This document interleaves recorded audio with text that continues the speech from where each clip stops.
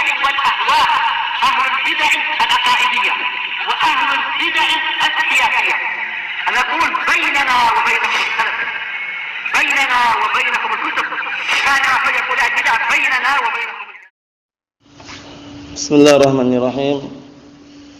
الحمد لله الذي أرسل رسوله بالهدى ودين الحق ليظهره على الدين كله وكفى بالله شهيدا. وأشهد أن لا إله إلا الله وحده لا شريك له إقرارا به وتوحيدا. وأشهد أن محمدا عبده ورسوله صلى الله عليه وعلى آله وسلم تسليما مزيدا لا نبي بعده. Ikhwani fid din, a'azzani wa a'azzakumullah. Kita lanjutkan bacaan kita terhadap Syarah Al-Wajibat Al-Mutahattimat, yang mana kita berada pada halaman yang ke-121. Ya. Yaitu mengenai pembagian yang ketiga berupa kekufuran yang dikenal dengan kufur syak. Kufru asyak, yaitu kekufuran yang bentuknya adalah jenis keraguan. Maksudnya adalah seseorang meragukan perkara yang sudah dipastikan oleh Allah Subhanahu wa taala keberadaannya. Contohnya dia meragukan tentang keberadaan surga, meragukan tentang datangnya hari kiamat, meragukan tentang benarnya Rasulnya sallallahu alaihi wa ala alihi wasallam, atau meragukan tentang perkara-perkara yang lainnya. Intinya seorang tersebut meragukan perkara-perkara yang telah dipastikan oleh dalil, baik dalam Al-Qur'an maupun As-Sunnah. Itu bisa masuk dalam kekufuran, bisa menghantarkan kepada kekufuran. Kita baca barakallahu fikum. Qala asy-syarih asbahullah wa hadha an-naw'u syadidul khatari jiddan. Dan jenis ini, jenis kekufuran yang dikenal dengan kufur syak, ini adalah jenis yang sangat berbahaya sekali. Khususan fi zamanina hadza, terlebih-lebih lagi terkhususkan di zaman kita ini, di zaman sekarang ini. Alladzi kathura fihi al-jahl wasyubuhat, yang banyak kebodohan dan juga syubhat. Wa qalla fihi al-ilmu an-nafi' wal yaqinus shadiq, dan sedikit ilmu yang bermanfaat dan sedikit keyakinan yang jujur dan benar. Oleh karena itu hati-hati.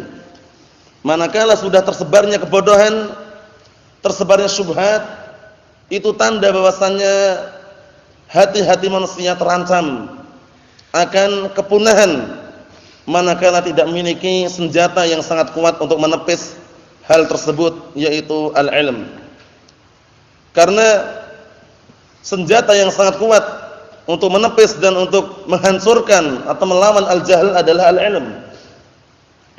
Oleh karena itu hendaknya kita semuanya semangat dalam mencari ilmu, semangat dalam mendalami ilmu agama yang benar, ilmu Al-Quran was sunnah. Jangan malas-malasan, jangan meremehkan, atau jangan tidak peduli dengan ilmu. Bahkan kita harus terus berkorban, berjuang untuk mendapatkan ilmu tersebut. Karena ilmu adalah cahaya yang mana ketika orang berjalan di muka bumi ini tanpa cahaya walaupun di siang hari, tentunya dia tidak akan bisa berjalan dengan lurus. Dikhawatirkan dia melenceng dari jalan yang benar, melenceng dari jalan yang tegak, melenceng dari al-haq, melenceng dari Al-Quran dan Sunnah. Oleh karena itu Ibnul Jauzi rahimahullah menyebutkan dalam Talbis Iblis mengenai hakikat daripada ilmu. Ilmu itu adalah cahaya, kata beliau, kama huwa ma'lumun annal ilma nurun, sebagaimana sudah diketahui bersama bahwasanya ilmu itu adalah cahaya. Wa anna iblis yuhassinu lil insan itfa'an nur, Dan di sana ada iblis yang berupaya untuk menghias-hiasi manusia, menghias-hiasi di hadapan manusia, mungkin dengan perkara-perkara dunia atau perkara-perkara syubhat. Tujuannya apa? Tujuannya untuk memadamkan cahaya tersebut. Liyatamakkana minhu fi dzulmah, agar semakin bisa menjerumuskan manusia ke dalam kegelapan. Wala dzulmata ka dzulmatil jahl. Tidak ada kegelapan yang lebih gelap melainkan kegelapan kebodohan. Jadi hati-hati barakallahu fikum. Kalau kebodohan sudah masuk pada diri kita, berarti kita telah terserang penyakit yang sangat berbahaya sekali. Dan kita harus punya semangat untuk menghilangkan penyakit tersebut, mengobati penyakit tersebut.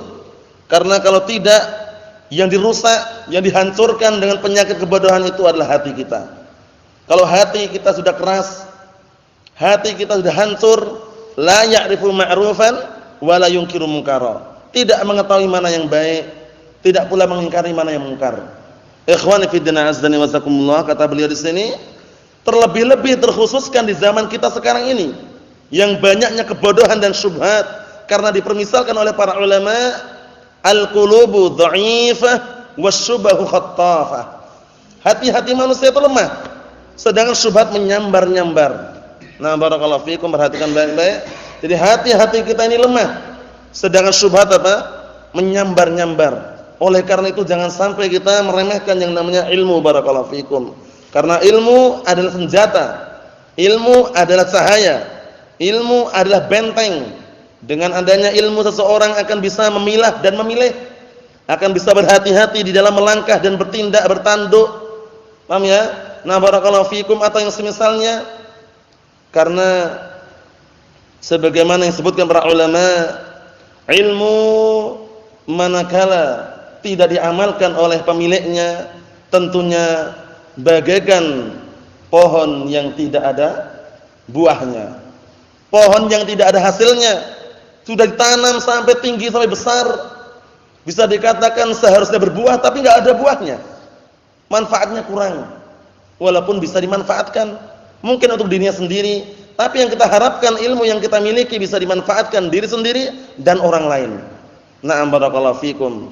Karena al-ilmu bila amalin kasyajaratin la samarata laha. Ilmu tanpa amalan bagaikan pohon yang tidak ada buahnya. Tentunya sangat mengerikan sekali. Tentunya sangat mengerikan sekali. Di dalam mencari ilmu pun butuh usaha dan upaya, perjuangan menempuh yang jauh, menempuh yang dekat, merapat, seperti itu. Karena sebagaimana disebutkan dalam pepatah yang sangat indah yang mungkin antum sering mendengarnya, bahwasanya apa? Yang namanya perahu atau kapal itu tidak akan pernah berjalan di daratan yang enggak ada airnya. Paham ya? Tapi harus berada di sebuah tempat yang ada airnya. Mungkin sungai yang besar atau mungkin lautan.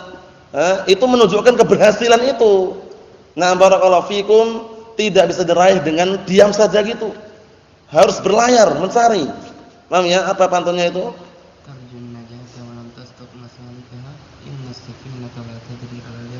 Naam, tarjun najaha wa lam tasluk masalikaha innas safinata la tadri 'alal yabas. Artinya engkau menginginkan keberuntungan, keberhasilan, kesuksesan, namun enggak mau menempuh jalan-jalannya. Itu bagaikan perahu yang dia apa? Tidak akan jalan di daratan yang enggak ada airnya. Di tempat yang kering enggak jalan. Antum dorong-dorong pun ya cuma gitu aja. Paham ya? Oleh karena itu butuh perjuangan dan pengorbanan serta minta pertolongan kepada Allah Subhanahu wa taala. Karena pertolongan Allah taala itulah sebagai penentu. Kalau kita walaupun berjuang, berkorban, semangat, tapi kalau enggak ada pertolongan dari Allah taala enggak cukup. Oleh karena itu apa? Rasulullah menyatakan dalam hadis yang sahih, rawahu Muslimun, dari hadisnya Abi Hurairah radhiyallahu anhu, ihris 'ala ma yanfa'uka wasta'in billah. Wasta'in billah wala ta'jiz. Artinya, semangatlah engkau di dalam meraih perkara-perkara yang bisa memberikan manfaat kepada dirimu dan minta tolonglah kepada Allah. Setelah semangat, minta tolong kepada Allah taala, berdoa. Sepertiga malam terakhir bangun, atau di hari Jumat sempatkan walaupun 5 menit. Di hari Jumat walaupun 5 menit sebelum matahari terbenam sempatkan. Mulai dari ba'dal 'asr sampai sebelum matahari terbenam sempatkan walaupun sesaat untuk berdoa. Berdoa meminta kepada Allah Subhanahu wa taala. Atau antara adzan dan iqamah. Barakallahu fikum, antara adzan dan iqamah, sempatkan untuk berdoa walaupun sejenak. Setelah itu mungkin nanti menunggu imamnya datang, bisa baca Al-Qur'an atau baca zikir yang lainnya. Tapi berdoa sangat bagus sekali. Bahkan Syekh Shalih Al-Fauzan hafizahullah taala suatu ketika ditanya mengenai mana yang afdal ketika menunggu seorang imam, maksudnya antara adzan dan iqamah, membaca Al-Qur'an atau doa, qiraatul Qur'an atau doa, membaca Al-Qur'an atau berdoa. Kata beliau, barakallahu fikum, pada setiap amalan itu ada tempatnya. Maksudnya terkadang baca Al-Qur'an itu ada afdalnya atau lebih afdal pada tempatnya. Terkadang berdoa itu lebih afdal pada tempatnya. Nah, di antara adzan dan iqamah kata beliau yang afdal berdoa. Paham ya? Berdoa. Kalau misalkan masih ada sisa barulah baca Al-Qur'an atau yang semisalnya. Berdoa kepada Allah Subhanahu wa taala, angkat kedua tangannya. Paham ya? Karena di tempat-tempat tersebut kembali kepada hukum asalnya. Al-aslu fid du'a raf'ul yadain. Hukum asal yang namanya berdoa mengangkat kedua tangan. Kecuali tempat-tempat yang memang tidak disyariatkan untuk mengangkat kedua tangan. Mafhum? Ayo na'am barakallahu fikum. Ini sekedar cuplikan mengenai bahwasannya sekarang kita berada di zaman yang penuh dengan kebodohan dan banyak syubhat dan ilmu semakin sedikit dan keyakinan yang jujur pun juga semakin sedikit. Kenapa demikian? Karena yang Rasulullah sabdakan dalam hadis yang sahih, innallaha la yaqbidul ilma intiza'an. Sesungguhnya Allah taala tidak mencabut ilmu sekali cabutan. Naam. Walakin yaqbidul ilma biqabdil ulama. Akan tetapi Allah Subhanahu wa taala mencabut ilmu dengan diwafatkannya para ulama. Para ulama ahlus sunnah, pembawa ilmu yang sangat besar, pembawa ajaran yang sangat bermanfaat. Ketika sudah diwafatkan bagaimana? Hatta idza lam yubqi fil ardi aliman. Hingga ketika Allah taala tidak meninggalkan lagi di muka bumi seorang alim, apa yang terjadi? Ittakhadhan nasu ru'usan juhala. Akhirnya manusia menjadikan pemimpin-pemimpin yang bodoh, pemimpin yang enggak punya ilmu, dijadikan pemimpin, diangkat, dinaikkan, dipilih. Paham ya? Akhirnya apa? Fasu'ilu fa'aftau bi ghairi ilmin fadallu wa adallu ini. Akhirnya pemimpin-pemimpin yang bodoh tadi itu setelah diangkat, ditanya jawab tanpa ilmu. Paham ya? Ingat-ingat ya. Ditanya, menjawab, berfatwa tanpa ilmu. Akhirnya apa? Imbasnya fadallu wa adallu. Mereka sesat dan menyesatkan. Hati-hati ya, mereka sesat dan menyesatkan. Yang kedua, keyakinan yang benar yang jujur ini sudah bisa dikatakan sedikit. Karena sekarang berada di akhir zaman yang penuh dengan apa? Taklibul haqaiq. Penuh dengan memutarbalikkan fakta. Sebagaimana yang Rasulullah sabdakan akan datang nanti di akhir zaman yang banyak penipuan, banyak perkara-perkara yang samar, taklibul haqaiq, memutarbalikkan fakta, yusaddaqu fiha al-kadhib wa yukadzdzab fiha as-shadiq wa yukhawan fiha al-amin wa yu'taman fiha al-kha'in wa yatakallam fiha ar-ruwaibidah. Qila wa mar ruwaibidah ya Rasulullah? Qala ar-rajulu tafih yatakallam fi amril 'ammah. Artinya di zaman-zaman sekarang yang kita saksikan ini sebagaimana Rasulullah sabdakan tadi, akan datang nanti di hadapan kalian suatu zaman yang penuh dengan penipuan, penuh dengan taklibul haqaiq, memutarbalikkan fakta. Yang jujur dianggap dusta, yang dusta dianggap jujur, yang pengkhianat malah dibilang apa? Terpercaya orangnya, yang terpercaya dibilang pengkhianat. Nah, di tahun-tahun tersebut berbicara yang dikenal dengan ruwaibidah. Kemudian salah satu bagian dari sahabat bertanya, "Ya Rasulullah, wa ma ruwaibidah?" Wahai Rasulullah, apa itu ruwaibidah? Rasulullah mengatakan ar-rajulu tafih, wa fi riwayah ar-rajulu safih yatakallam fi amril 'ammah. Lelaki bodoh berbicara untuk kepentingan umum atau masalah umum dalam keadaan tanpa adanya ilmu. Hati-hati.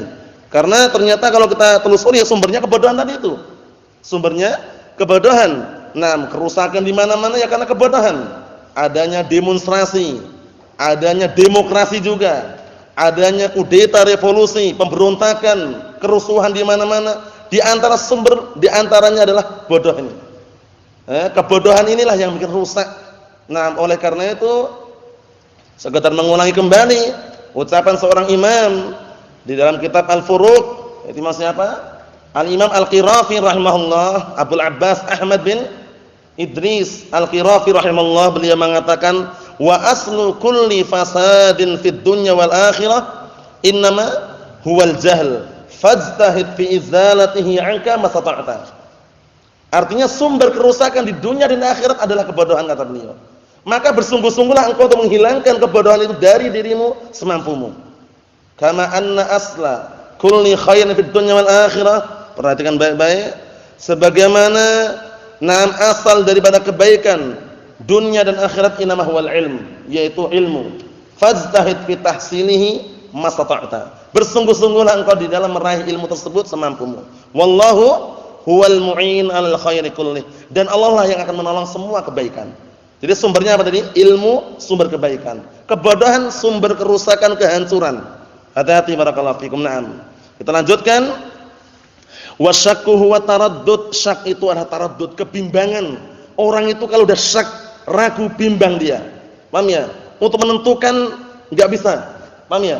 Dia enggak bisa dikatakan dzan, tidak pula dikatakan wahm. Tapi syak ini memang bimbang. 1 tambah 1 berapa? 1 tambah 1 kalau enggak 2, 3, bimbang dia. Enggak bisa pastikan. Nah, kalau 2 jelas benar. Kalau 3 jelas salah, tapi dia kalau enggak 2, 3, bimbang. Itu namanya syak. Paham ya? Nah, barakallahu fiikum wa na'am. Nah, sebabnya apa syak ini? Di antaranya barakallahu fiikum sebabnya al-jahl, kebodohan.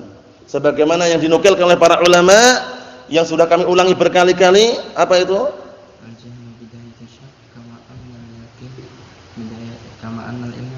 Al-ilmu bidayatul yaqin kama anna al-jahla bidayatul syak. Naam, al-ilmu bidayatul yaqin kama anna al-jahla bidayatul syak. Itu diingat-ingat ya. Al-ilmu bidayatul yaqin kama anna al-jahla bidayatul syak. Ilmu itu adalah permulaan daripada keyakinan. Orang yakin karena ada ilmu gitu loh. Kalau orang enggak ada ilmu ya enggak yakin dia. Ngerjakan pun ngambang. Tapi kalau ada ilmunya, yakin dia. Memotong celananya, sirwalnya, atau mengangkat sarungnya sampai di atas mata kaki, ada ilmunya, yakin dia. Tapi kalau enggak ada ilmunya, ngambang. Contoh aja ini ya, seperti itu barakallahu fikum. Kama annal jahla bidayatu asyak. Sebagaimana kebodohan sumber permulaan daripada keraguan. Orang itu ragu, bimbang karena bodoh. Paham ya? Ini halal atau haram ini? Ragu dia karena enggak tahu ilmunya. Coba kalau dia tahu ilmunya, yakin. Paham ya? Na'am barakallahu fikum, seperti itu. Kita lihat di sini. Wa dzan qaribun minhu, dan dzan itu lebih dekat daripada asyak ini. Karena dzan masih dugaan, sangkaan. Cuman bedanya kalau dzan ini dugaan, sangkaan yang kemungkinan besarnya benar. Paham ya bedanya ya? Jadi untuk masalah ini Asy-Syaikh Muhammad bin Shalih Al-Utsaimin rahimahullah punya rincian yang sangat bagus. Yang paling dekatnya biar antum melihatnya nanti sumbernya adalah dalam kitab apa? Syarah Al-Usul Ats-Tsalatsah. Atau syarah Na'am Salasatul Usul. Paham ya? Sama aja itu ya. Nah, di sana disebutkan maratibu al-ilm atau maratibul idrak. Tingkatan-tingkatan idrak, pengetahuan manusia. Ada ilmu, ada al-jahl, ada asyak, ada adzan, ada al-wahm. Paham ya? Nah, dzan ini masih dugaan, sangkaan, tapi kemungkinan besarnya benar. Lawannya apa lawannya dzan? Wahm. Wahmun istilah itu dugaan, sangkaan, tapi kemungkinan besarnya keliru. Paham ya? Nah, misalkan ada orang tanya ke antum misalkan, Surabaya itu mana? Surabaya itu mana, Mas? Surabaya itu kalau enggak salah itu dekat Malioboro. Nah, dekat Jogja itu. Nah, ini namanya wahm. Kemungkinan besarnya apa? Keliru, tapi dugaan. Nah, kalau dzan itu dugaan tapi kemungkinan besarnya benar. Surabaya itu mana, Mas? Surabaya itu kalau enggak salah itu daerah Ngawi itu ke timur terus. Paham ya? Benar enggak itu? Ya, intinya arahnya ke timur. Paham ya? Tapi kan dugaan besarnya benar, itu namanya dzan. Kalau syak, ragu, tengah-tengah, bimbang dia. Nah, bimbang dia. Paham ya? Nah, Surabaya itu mana? Surabaya itu kalau enggak Jawa Barat, Jawa Timur. Wah, Bikin orang itu enggak langsung bisa memastikan. Paham ya? Kalau ilmu, mana Surabaya? Surabaya tempatnya sana Surabaya. Paham ya, maksudnya di Jawa Timur sana, yakin itu istilahnya ya. Kalau al-jahl, dia sudah enggak tahu. Ada dua kemungkinan ya, al-jahl, jahal murakkab sama jahal basit. Jahal murakkab itu bodoh yang bertingkat-tingkat, sudah enggak tahu jawab gitu. Kalau jahal basit itu kebodohan yang wajar. Anak kecil tanya Surabaya mana? Enggak tahu. Karena dia memang enggak tahu. Itu wajar, namanya jahal basit. Tapi ini sudah besar, enggak tahu jawabannya, seharusnya wallahu alam dia ngomong Surabaya mana? Surabaya itu situ dekat Malioboro. Nah, sudah enggak tahu jawab lagi. Nah, itu nanti dikenal dengan jahal murakkab. Jahal murakkab itu kebodohan yang ganda atau yang berlipat-lipat. Ikhwani fi din azza wa jazakumullah, ini sekedar faedah mengenai asyak wa dzan. Biar nanti ada gambaran, ternyata ada waham juga, ada dzan juga. Jadi kalau dugaan, prasangka tapi kemungkinan besarnya benar itu dzan namanya. Dugaan atau sangkaan kemungkinan besarnya keliru namanya waham. Paham ya? Perhatian baik-baik. Dugaan atau sangkaan yang kemungkinan besarnya benar namanya apa? Dzan. Dugaan atau sangkaan yang kemungkinan besarnya salah namanya apa? Wahm. Dugaan atau sangkaan yang tidak bisa memastikan, bimbang gitu, ragu namanya syak. Paham ya? Nah, tapi kalau mengkabarkan sesuai dengan hakikatnya dan kenyataannya namanya ilmu. Mengkabarkan tidak sesuai dengan hakikatnya, tidak sesuai dengan kenyataannya namanya jahil. Paham ya maksudnya ya? Ayo na'am barakallahu fikum, seperti itu. Kita lihat, wadidu dzalika al-jazmu wal yaqin. Lawan daripada keraguan dan sangkaan dugaan adalah al-jazm wal yaqin. Kepastian dan yakin. Pasti dan yakin itu lawannya. Ayo na'am barakallahu fikum. Kita lihat, fasyaku la yajzim bisidqir rusul wala bikadzbihim. Maka orang yang ragu dia tidak bisa memastikan dengan membenarkan para rasul dan tidak pula mendustakan mereka. Ragu. Jadi enggak jelas gitu loh. Dia tuh membenarkan atau mendustakan itu enggak bisa dipastikan. Nah, bal yasyuk fi amrihim wal iyad billah, bahkan dia ragu di dalam urusan mereka wal iyad billah. Wa hadza la yastamirru syakkuhu illa idza alzama nafsahu al-irada 'anil nadhari fi ayati sidqir rusul jumlatan. Dan ini tidaklah terus-menerus keraguan dia, keraguan orang tersebut tidaklah terus-menerus kecuali apabila dia mengharuskan dirinya untuk berpaling dari mengecek dan meneliti ayat-ayat mengenai benarnya para rasul secara global. Paham ya? Maksudnya keraguan ini akan terus-menerus ada ketika dia malah berpaling gitu loh. Tapi kalau dia mencari, mengecek, meneliti, mempelajari ilmunya, hilang ragunya. Apa maksudnya? Nah, maksudnya keraguan ini akan terus-menerus ada pada orang tersebut manakala dia justru berpaling dari apa? Mengecek dan meneliti ayat-ayat tentang apa? Kebenaran para rasul. Tapi kalau dia enggak berpaling, menuju, mengarah, mencari, akan tahu dan akan berilmu. Paham maksudnya ya? Ayo na'am. Kita lihat, fala yasma'uha wa la yaltafit ilaiha. Dia enggak mau mendengarnya, tidak menoleh pun enggak mau. Paham ya? Noleh aja enggak mau apalagi mendengar. Paham ya? Jadi enggak mau mendengar ayat-ayat mengenai kebenaran para rasul, tidak pula mau menoleh. Noleh enggak mau, mendengar enggak mau. Ya, ragu terus. Paham ya? Nah, barakallahu fikum, jangan sampai tidak memahami hal yang seperti ini. Kita lihat di sini.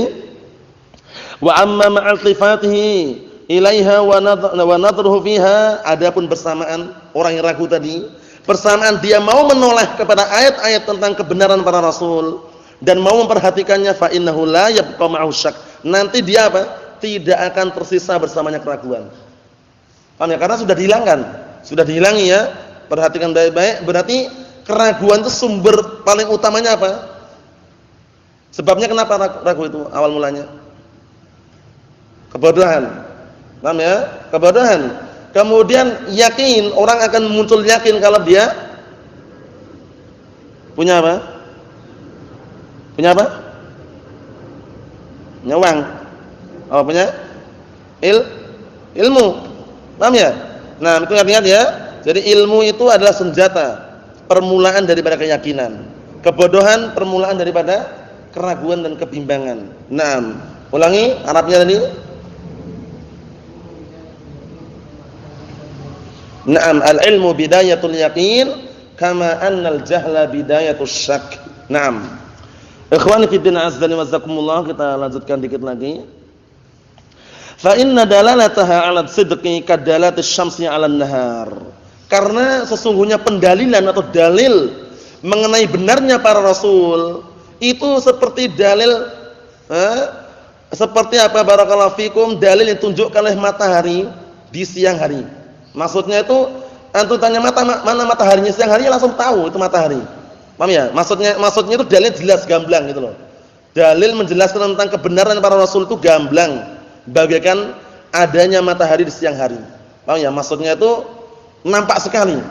Tanpa antum pakai cahaya lagi sudah nampak, tahu itu. Paham maksudnya ya?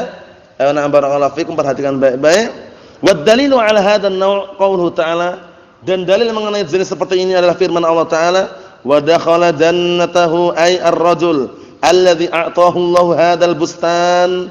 Maksudnya, dan ketika lelaki tersebut masuk ke dalam kebunnya, maksudnya lelaki yang Allah Ta'ala berikan kepadanya kebun, wa huwa dzalimun li nafsihi, dalam keadaan dia menzalimi dirinya. Menzalimi dirinya tapi masih dikasih kebun. Bi kufrihi wa tamarrudihi wa tajabburihi wa inkarihil ma'ad. Dengan apa? Dia sudah Allah Ta'ala berikan kebun pada dia, nah berupa keindahan gitu ya. Nah, tapi dalam keadaan orang tadi menzalimi dirinya. Menzalimi dengan cara apa? Dengan cara mengkufurinya dan juga sombong terhadapnya, penolakan terhadapnya, dan juga pengingkaran terhadap apa? Al-ma'ad, hari kebangkitan. Hari dikumpulkan, dia menolak. Maksudnya dia mengingkari tersebut. Qala, seraya laki-laki tadi mengatakan, ma adzunnu an tabida hadhihi abada. Nah, barakallahu fikum.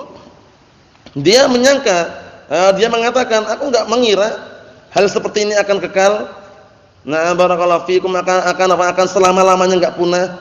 Wa hadza ikhtirarun minhu, ini sebagai apa? Barakallahu fikum, bentuk ketertipuan darinya.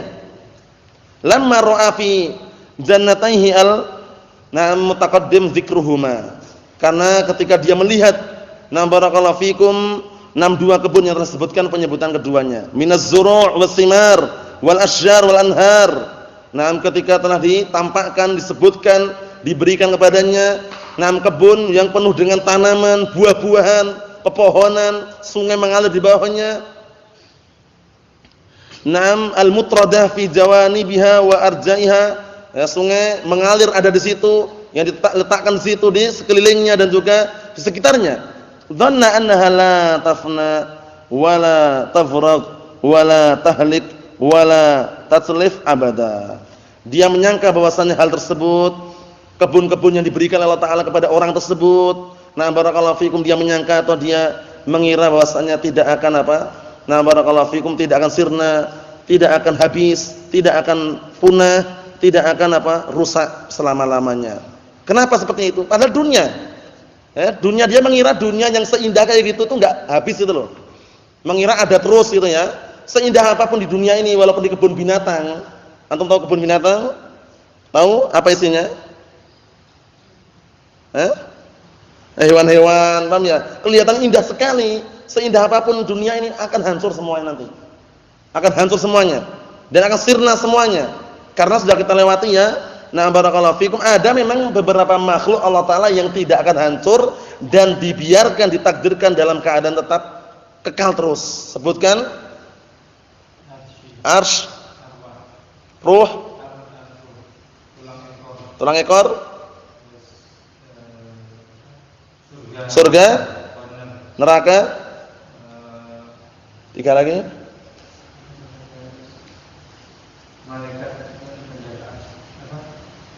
Itu sudah sebutkan itu nanti. Ini apa namanya? Lahul mahfuz. Qalam. Satu lagi.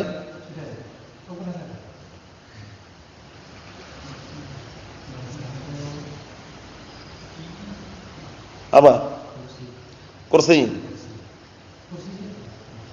Belum. Kursi ya, 8 ini ya. Pantunnya sebutkan antum.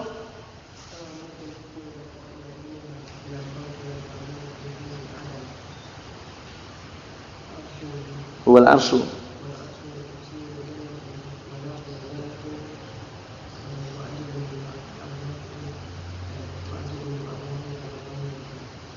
Al-lahi wal qalam.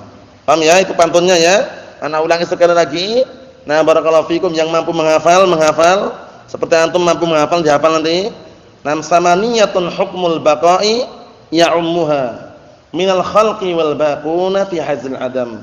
Huwal 'arsyu wal kursi wa narun wa jannatun wa ajbun wa arwahun kadal lawhi wal qalam. Sudah hafal kan? Sebutkan. Samaniyatun hukmul baqa'i ya'ummuha minal khalqi wal baquna fi hazil adam. Huwal 'arsyu wal kursi wa jannatun wal arsy wal kursi wa narun wa jannatun wa ajabun wa arwahun kadzallahi wal qalam. Naam. Paham ya? 8 tersebut adalah makhluk-makhluk yang tidak mengalami kepunahan. Lah terus bagaimana itu para malaikat penjaga surga, penjaga neraka dan semisalnya? Itu termasuk makhluk-makhluk yang Allah Taala kehendaki itu kekal juga, cuman secara globalnya malaikat yang lainnya pun sudah di Allah Taala sirnakan dan Allah Taala wafatkan. Cuman ada beberapa makhluk yang Allah Taala kehendaki yang lainnya. Karena konsekuensi daripada surga dan neraka yang memang Allah Taala menciptakan di sana apa? Ada penjaga-penjaganya dengan seizin Allah Subhanahu wa taala. Cuman disebutkan para ulama 8 makhluk tadi yang telah disebutkan di dalam pantun tadi itu. Paham ya? Nah, tulang ekor enggak hancur. Paham ya? Tulang ekor enggak hancur walaupun antum misalkan gali kuburan, kelihatannya enggak ada apa-apa. Mungkin ada tulang ekor yang enggak hancur. Cuman kita enggak tahu yang mana itu. Paham ya? Letaknya di mana enggak tahu. Misalkan antum barakallahu fikum ada orang meninggal dunia dibakar, tinggal abu semuanya, remuk habis. Kelihatannya enggak ada tulang ekor kan, mungkin masih ada tulang ekor tapi hancur. Paham ya? Kita enggak tahu juga kan? Semuanya akan mampu, semuanya akan dihidupkan Allah Taala dan akan disusun kembali dari tulang ekor tersebut. Paham ya? Sebagaimana sabda Rasulullah sallallahu alaihi wasallam, kullu bani Adam ya'kulhu at-turab. Semua bani Adam akan dimakan oleh tanah, illa azbat dzanab, kecuali apa? Tulang ekor. Minhu khuliq wa fihi yurakkab. Darinya akan diciptakan kembali dan akan disusun kembali tulang ekor tersebut. Nah, barakallahu fikum, ini tidak perlu kita buktikan gali kuburan, enggak perlu. Yakini saja. Sahih hadisnya. Paham ya? Nah, barakallahu fikum, tulang ekor tidak hancur. Paham ya? Nah, barakallahu fikum. Ikhwani fi din azza wa jazakumullah, kita lihat di sini. Naam. Kemudian kenapa kok orang itu menyangka bahwasanya dunia ini enggak akan sirna, enggak akan habis, enggak akan rusak selama-lamanya? Wa dzalika liqillati aqlihi wa dha'fi yaqinihi wa i'jabihi bil hayatid dunya wa zinatiha wa kufrihi bil akhirah. Perhatikan baik sebabnya. Sebabnya karena kurangnya akalnya. Kurangnya akalnya. Karena akal ini sumber untuk apa? Memahami. Akal ini letaknya di mana? Akal letaknya mana? Kepala nih. Yakin? Kepalanya akal atau otak? Akal letaknya di mana? Otak. Akal letaknya di mana antum Yusuf? Kepala. Di mana? Sudah kita lewati nih. Akal letaknya mana? Di hati. Paham ya? Akal letaknya di dalam hati manusia. Lahum qulubun la yafqahuna biha. Mereka orang-orang kafir memiliki mata-mata hati tapi enggak bisa digunakan atau tidak menggunakan untuk apa? Memahami dengannya. Jadi orang memahami dengan akal walaupun dengan bantuan apa? Menurut barakallahu fikum saraf-saraf atau yang semisalnya dengan bantuan otak. Cuman sumbernya itu tadi akal. Paham ya? Barakallahu fikum. Jadi sudah kami sebutkan kaidahnya ya. Setiap yang berakal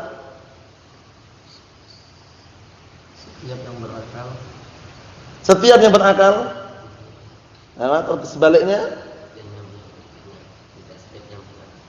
Naam. Paham ya?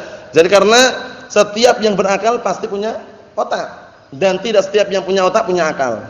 Seperti ayam, kambing, sapi.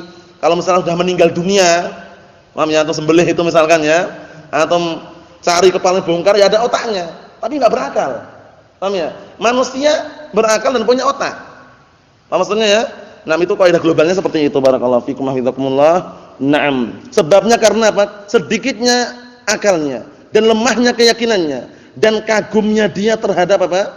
Kagumnya dia terhadap kehidupan dunia beserta perhiasan yang dalamnya dan kekufurannya terhadap akhirat. Wa lihadza qala wa ma adunnu sa'ata qa'imatan ay kainatan. Dan dia pun masih mengatakan dan aku enggak mengira, enggak menyangka kalau hari kiamat itu akan datang. Setelah melihat dunia yang kayak gitu indahnya, Dia mengatakan, aku enggak menyangka ini akan habis, akan sirna. Setelah itu dia mengatakan lagi, aku enggak menyangka hari kiamat akan datang. Nah, berarti ragu enggak dia? Ragu. Nah, seharusnya barakallahu fikum hafizakumullah, kalau dia yakin, dia akan mengatakan hari kiamat pasti akan datang. Dan dunia pasti akan sirna. Paham ya? Dunia pasti akan apa? Sirna dan habis. Hari kiamat pasti akan datang. Seperti itu kalau dia yakin, tapi dia ragu. Ragunya ini yang membuat dia terjatuh dalam kekufuran. Allahul musta'an. Kemudian dia malah mengatakan wala irudditu ila rabbi la ajidanna khairan minha munqalaba. Maksudnya wala in kana ma'ad. Wala in kana ma'ad wa raj'ah wa maraddun ila Allah. Naam, dan kalau seandainya dikembalikan kepada Allah Subhanahu wa taala, la yakunanna li hunaka ahsan min hadzal hadzi 'inda rabbi. Niscaya di sana apa? Di sana akan mendapatkan lebih baik, lebih bagus. Naam, daripada yang sekarang ini di sisi Rabbku. Walaula karamati alaih, dan kalau seandainya bukan karena kemuliaanku terhadapnya, ma'atani hadza. Nah, niscaya apa? Niscaya Allah Ta'ala tidak akan memberikan aku seperti ini. Akhirnya temannya ngomong, orang mukmin satunya ngomong, qala lahu sahibuhu.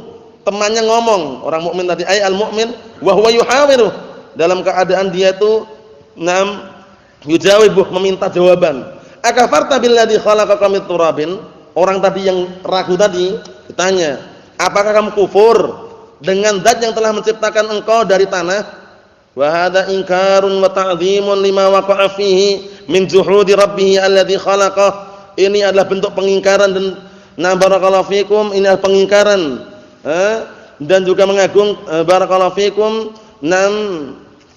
dan besarnya terhadap perkara yang telah terjadi berupa apa? Penentangannya terhadap Rabb-nya yang telah menciptakannya.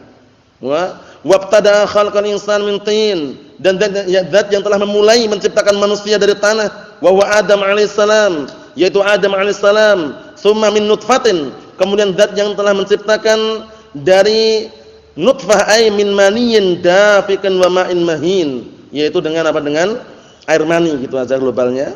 Summa sawwaka rajulan, kemudian setelah itu dibentuk seperti bentuk yang sangat sempurna. Nah, perhatikan baik-baik. Nah, barakallahu fikum, senyum-senyum ngapain? Perhatikan baik-baik. Nah, barakallahu fikum. Jadi memang Allah Subhanahu wa taala menciptakan apa? Menciptakan manusia ini enggak sembarangan. Setelah diciptakan dengan seperti itu keberadaannya, disempurnakan. Dan manusia ini pun apa? Sebagaimana firman Allah Subhanahu wa taala, diciptakan dalam sebaik-baik ciptaan. Dalilnya Naam, wa laqad khalaqnal insana fi ahsani taqwimin, dan sungguh kami telah menciptakan manusia dengan sebaik-baik postur, sebaik-baik apa? Ciptaan. Naam, barakallahu fikum. Itu tentunya orang-orang yang beriman ya. Ada orang kufar justru apa? Menjadi sebaliknya, sejelek-jelek ciptaan. Kita lihat yang terakhir ini biar pas bawah itu ya. Ayo na'am barakallahu fikum. Adalaka wa sayyaraka fi ahsani surah. Maksudnya Allah Taala menyeimbangkan engkau dan membuat engkau menjadi bentuk yang paling bagus. Lakinnahu wallahu rabbi. Lakin ana la aqul bima qalatik. Tapi aku tidak akan mengucapkan dengan ucapanmu. Bal a'tarifu lillah bil wahdaniyati war rububiyyati. Bahkan aku mengakui dengan apa? Keesaan Allah Subhanahu wa taala dan rububiyah Allah Subhanahu wa taala. Perhatikan baik-baik. Nah, perhatikan. Na'am barakallahu fikum. Bahkan aku meyakini dan mengakui tentang apa? Keesaan Allah Subhanahu wa taala dan rububiyahnya. Wala usyriku bi rabbi ahada. Dan aku tidak akan mensekutukan dengan seorang pun terhadap Rabbku.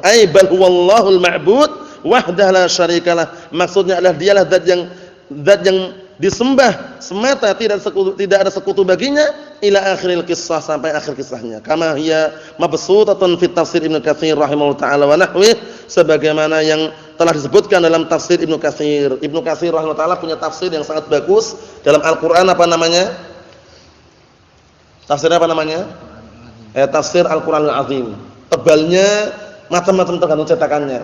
Cetakan paling bagus cetakan Saudi. Paham ya? Itu bagus ya cetakannya, enggak terlalu istilahnya ya mungkin ada yang 5 jilid, 6 jilid. Paham ya? Cetakan Mesir juga ada. Nah, barakallahu fikum, cuman cetakannya kurang kuat. Paham ya? Itu bagus sekali kalau punya rezeki bisa beli, bagus sekali itu. Bahkan waktu itu Syekh Yahya bin Ali Al-Hajuri hafizahullah taala pernah menyarankan min ahsanit tafasir, termasuk tafsir yang paling bagus tafsir Ibnu Katsir. Karena di situ nanti disebutkan kisah-kisah hadis yang dhaif juga ada, hadis yang sahih juga ada. Yang dhaif itu untuk menjelaskan itu dhaif itu loh. Kisah-kisah Israiliyat atau yang semisalnya. Nah, barakallahu fikum disebutkan di situ. Paham ya? Ibnu Katsir rahimahullah siapa namanya? Naam, Ismail bin Umar Abul Fida rahimahullah. Naam. Wa syahid qawlu akafarta faja'alahu kafiran bisababi dzann bil ma'ad alladhi huwa min jumlatid din. Di situ Allah Taala menjadikan atau sebab perbuatan tersebut menjadikan dia kafir. Naam, kenapa? Karena sebabnya dia dzann, hanya dugaan sangkaan, tidak yakin terhadap hari kebangkitan yang itu termasuk bagian daripada agama. Jadi jangan sampai kita meragukan tentang hari kebangkitan. Semuanya pasti kita akan mati dan akan dibangkitkan dari kiamat nanti dalam keadaan tidak berkhitan. Tidak pakai sandal. Tanpa beralas kaki. Beralas kaki apa? Telanjang.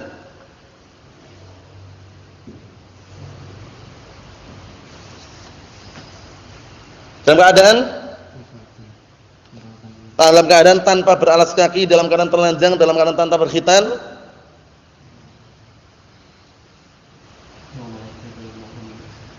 Dalam keadaan apa? Sendiri-sendiri. Buhma. Paham ya? Enggak bawa teman, enggak bawa saudara. Paham ya?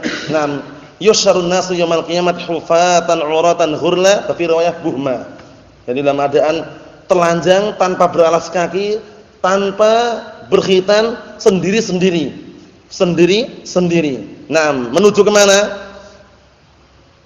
Dibangkitkan tadi bareng-bareng, gerombolan laki-laki perempuan jadi satu di situ, telanjang semuanya, enggak beralas kaki, enggak berkhitan, sendiri-sendiri kemana?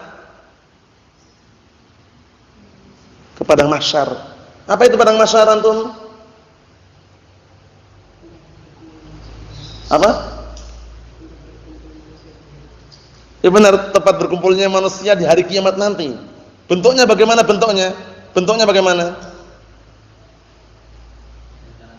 Datanya sangat luas sekali, tanpa ada bangunan di situ. Karena nanti semuanya akan diganti dengan yang baru. Yauma tubaddalul ardu ghairal ardi was samawat. Suatu hari yang akan diganti nanti. Nah, bumi dan langit bukan yang sekarang ini. Paham ya? Intinya diganti dengan sesuatu yang Allah Taala kehendaki. Paham ya? Ayo na'am barakallahu fikum, nasallahu salamatan wal afiyah fid dunya wal akhirah wa nasallaha an yaj'alana minas salimin wa minal amilina bima ja'a bihi nabiyyunal karim sallallahu alaihi wasallam walhamdulillahil alamin.